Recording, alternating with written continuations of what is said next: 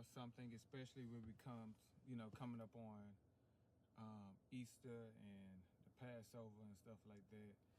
And, something came to mind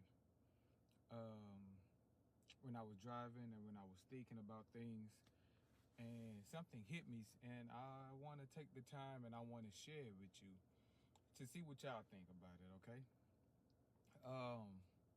And I want to reflect on something, especially coming since Easter is approaching and stuff like that. I want to give you something to think about as we move into the Easter season, okay? So I want us to reflect on one of the deepest pains that our Lord Jesus Christ endured, all right?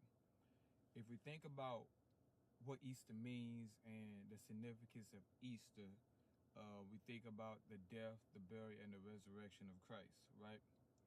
But I want us to think of one of the deepest pains that Jesus endured, all right? And when I ask this question, I'm already knowing where some of y'all minds are going.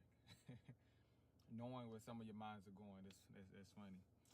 And when I ask this question, people think of the cross, people think of the beating, people think of the nails, people think of the lashes, the whips, the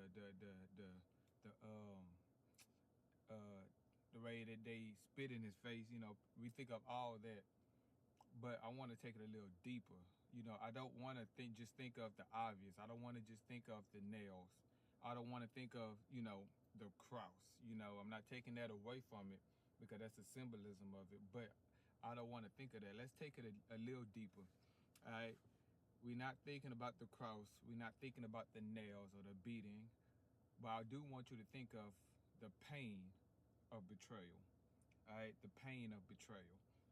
Now, the Bible tells us in Matthew chapter 26 that one of the 12, Judas, went to the chief priest and asked, "What are you willing to give me if I deliver him to you?" All right. What are you willing to give me if I deliver him to you? All right. And that's when they counted out to him 30 pieces of silver. All right. 30 pieces of silver. Now, pause for a moment and think about that. All right. Think about it. Jesus was not betrayed by a stranger. No. He was not betrayed by an enemy.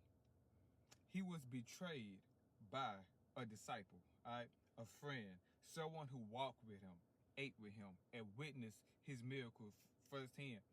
He was betrayed by family.